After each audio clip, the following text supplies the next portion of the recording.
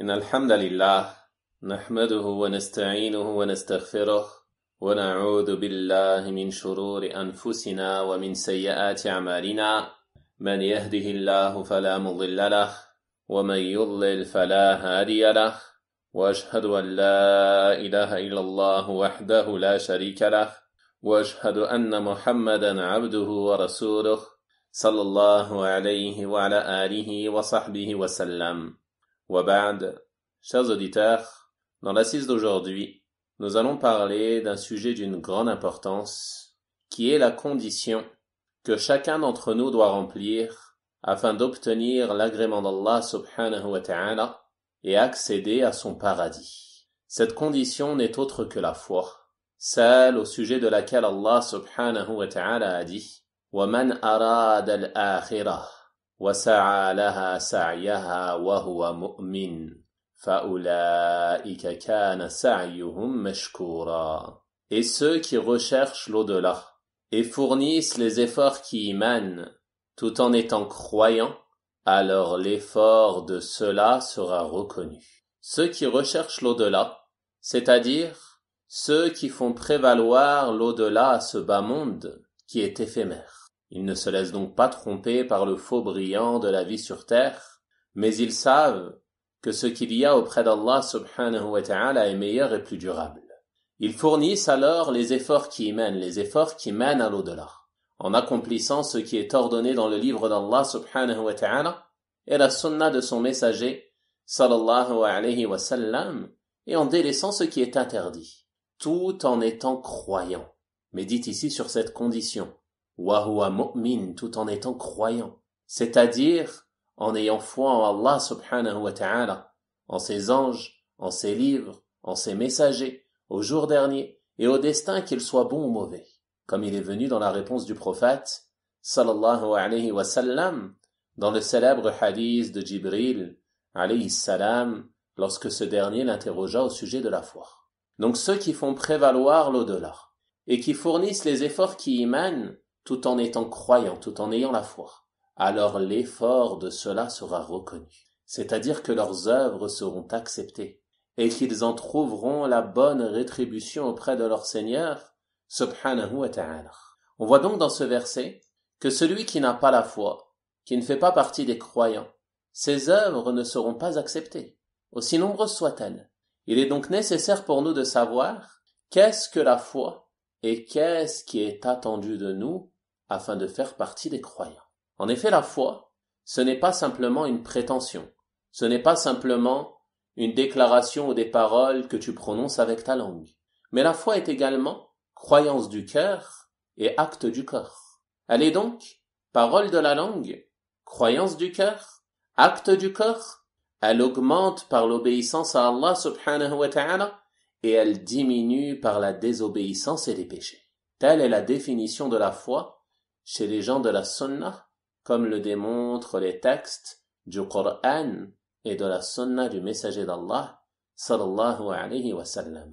Et lorsque Jibril alayhi salam interrogea le prophète sallallahu alayhi wa sallam au sujet de la foi, il l'a définie, comme on l'a vu, en mentionnant ces 6 piliers, qui sont la foi en Allah, en ses anges, en ses livres, en ses messagers, au jour dernier et au destin qu'il soit bon ou mauvais. La foi en Allah, elle consiste donc à croire en l'unicité d'Allah subhanahu wa ta'ala dans ces 3 catégories, dans la seigneurie, dans l'adoration et dans les noms et attributs. Tu reconnais donc qu'Allah subhanahu wa ta'ala est le seul à créer, le seul à pourvoir la subsistance, le seul à donner la vie et à donner la mort, et qu'il est le Seigneur et le possesseur de toutes choses. Et par conséquent, tu reconnais donc qu'il est le seul en droit d'être adoré.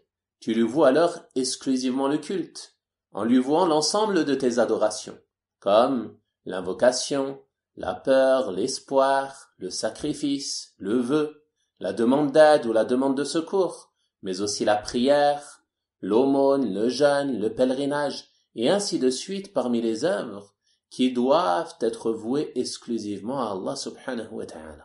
Et tu ne lui donnes aucun associé dans ses œuvres, pas même un ange rapproché, ni même un prophète envoyé, et encore moins un saint ou un homme vertueux, ni tout autre qu'eux parmi les créatures. Car l'adoration est un droit exclusif d'Allah subhanahu wa ta'ala.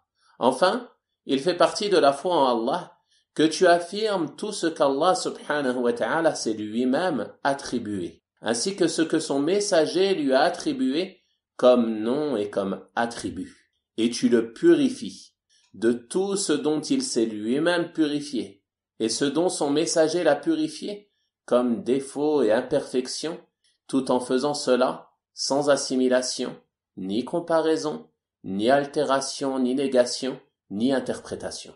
Comme Allah subhanahu wa ta'ala a dit dans son noble livre, Laysa kamithlihi shay, wa huwa as-sami'ul basir. Rien n'est semblable à lui, et il est celui qui entend et qui voit tout. Le deuxième pilier est la foi aux anges, qui consiste à croire en leur existence, qu'Allah subhanahu wa ta'ala les a créés à partir de lumière, et qu'il les a créés pour l'adorer et exécuter ses ordres dans l'univers. Comme Allah subhanahu wa ta'ala a dit à leur sujet, Bal ibadun mukramun, la yasbiqunahu bil qawli wa hum bi amrihi ya'malun. Mais ce sont plutôt des serviteurs honorés. Ils ne devancent pas son commandement et agissent selon ses ordres. Le troisième pilier est la foi aux livres, qui consiste à croire en eux, à croire aux livres qu'Allah subhanahu wa ta'ala a révélés, et à croire qu'Allah les a descendus à ses messagers pour guider l'humanité. Les plus immenses sont les trois livres, la Torah, l'Évangile et le Coran, et le plus immense des trois est le noble Coran qui est venu abroger les livres précédents et qui est le plus grand des prodiges.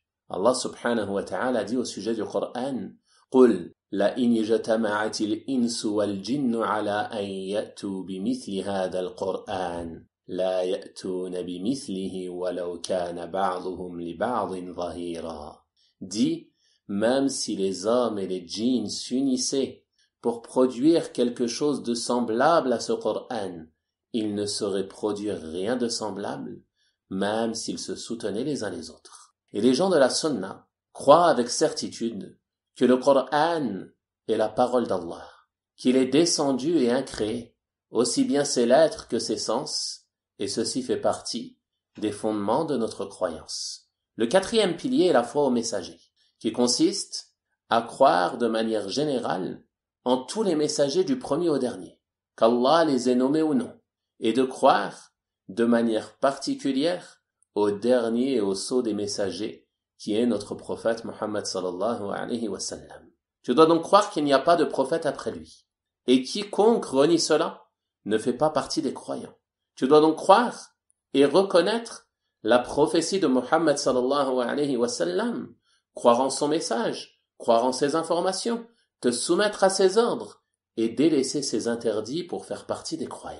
Le cinquième pilier est la foi au jour dernier, qui consiste à croire en tout ce qui a lieu après la mort. Parmi ce dont Allah subhanahu wa ta'ala et son messager sallallahu alayhi wa sallam nous ont informés, comme le châtiment de la tombe et ses délices, la résurrection, le rassemblement, l'établissement des comptes, la pesée des œuvres, la remise des livres en la main droite ou la main gauche, le pont, le paradis, l'enfer, et ainsi de suite, parmi les choses qui font partie de la foi au jour dernier. Et le fait d'avoir foi en cela doit te pousser à t'y préparer, te préparer à ce moment, te préparer à l'épreuve de la tombe, te préparer à la résurrection, te préparer au rassemblement, te préparer à la pesée de tes œuvres.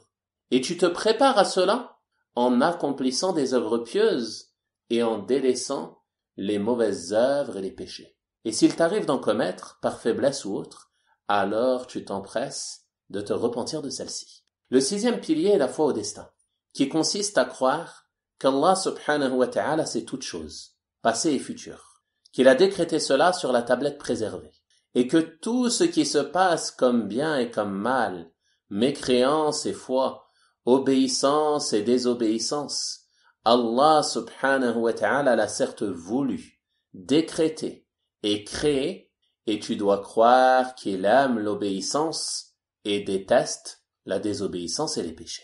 Il fait partie de la foi au destin de croire que les serviteurs ont la capacité d'accomplir leurs actes, ainsi que le choix et la volonté de ce qu'ils font comme acte d'obéissance ou de désobéissance. Toutefois, cette volonté est subordonnée au décret d'Allah subhanahu wa ta'ala et sa volonté. Comme Allah subhanahu wa ta'ala dit dans son noble livre, وَمَا تَشَاءُونَ إِلَّا أَن يَشَاءَ اللَّهُ. Cependant, vous ne saurez vouloir à moins qu'Allah veuille. Telle doit être la foi du croyant en ce qui concerne la foi au destin. Et cette foi au destin, elle va te permettre de faire preuve de patience face aux épreuves. Car tu sauras que celles-ci ont été décrétées par Allah subhanahu wa ta'ala. Tu vas donc patienter et savoir que tu n'aurais pas pu les éviter. Donc, tu fais preuve de patience et accepte ce qu'Allah subhanahu wa ta'ala t'a décrété. Ceux-ci sont donc les 6 piliers de la foi. Et si tu as foi en ces 6 piliers, tu feras alors partie des croyants dont les œuvres seront acceptées et tu en trouveras la rétribution auprès d'Allah subhanahu wa ta'ala. Et plus ta foi augmentera et se raffermira, plus tu auras le désir de veiller à te soumettre aux ordres d'Allah subhanahu wa ta'ala et aux ordres de son messager sallallahu alayhi wa sallam, ainsi que le désir de t'écarter de leurs interdits. Et si tu empruntes la voie de la foi et la voie de la droiture, alors tu en récolteras les fruits et les bienfaits ici-bas et dans l'au-delà. Et parmi les bienfaits de la foi, il y a que le croyant aura une vie heureuse ici-bas et le bonheur dans l'au-delà. Allah subhanahu wa ta'ala dit à ce sujet, Man amila saliha min dhakarin aw untha wa huwa mu'min فَلَنُحْيِيَنَّهُ حَيَاةً طَيِّبَةً وَلَنَجْزِيَنَّهُمْ أَجْرَهُمْ بِأَحْسَنِ مَا كَانُوا يَعْمَلُونَ. Quiconque, homme ou femme, œuvre pieusement, tout en étant croyant, en ayant la foi, nous lui ferons vivre une bonne vie, et nous les récompenserons certes en fonction des meilleures de leurs actions. Quiconque, homme ou femme, fait une bonne œuvre, tout en étant croyant. La foi est donc une condition d'acceptation des œuvres. Celui qui ne fait pas partie des croyants, ses œuvres ne peuvent être acceptées. Et celui qui œuvre pieusement tout en étant croyant, Allah subhanahu wa ta'ala lui fera vivre une bonne vie. C'est-à-dire que son cœur sera apaisé, il trouvera la sérénité, la stabilité, la quiétude. Il ne sera pas perturbé. Et également Allah subhanahu wa ta'ala lui accordera ici-bas une subsistance bonne et licite par des moyens sur lesquels il ne comptait pas. Il lui fera vivre une bonne vie, et nous les récompenserons certes, c'est-à-dire dans l'au-delà, en fonction des meilleures de leurs actions. C'est-à-dire que Allah subhanahu wa ta'ala rétribuera les croyants dans l'au-delà, en leur accordant ce qu'aucun œil n'a vu, ce qu'aucune oreille n'a entendu, et ce que le cœur d'un homme ne peut s'imaginer. Il lui donne donc belle part ici-bas, et belle part dans l'au-delà. Parmi les bienfaits de la foi également, il y a le fait que le croyant aura sécurité et guidé ici-bas dans l'au-delà. Comme Allah subhanahu wa ta'ala dit dans son noble livre, الَّذِينَ آمَنُوا وَلَمْ يَلْبِسُوا إِيمَانَهُمْ بِظُلْمٍ أُولَئِكَ لَهُمُ الْأَمْنُ وَهُمْ مُهْتَدُونَ. Ceux qui ont cru et n'ont point troublé la pureté de leur foi par une quelconque injustice. Ceux-là ont la sécurité et ce sont eux les bien guidés. Donc ceux qui ont la foi et qui ne mélangent pas leur foi à une quelconque injustice. Et la plus grande des injustices est certes le polythéisme, le fait de donner des associés à Allah subhanahu wa ta'ala. Puis en deçà de cela, il y a l'ensemble des péchés. Ceux qui ont cru, ceux qui ont eu la foi, et n'ont point troublé la pureté de leur foi par une quelconque injustice. Ceux-là auront la sécurité et seront eux les bien guidés. Ils seront à l'abri de toute peur et de toute frayeur, ici-bas et dans l'au-delà. Et dans l'au-delà, ils seront à l'abri du châtiment et du malheur. Ils seront guidés vers le droit chemin.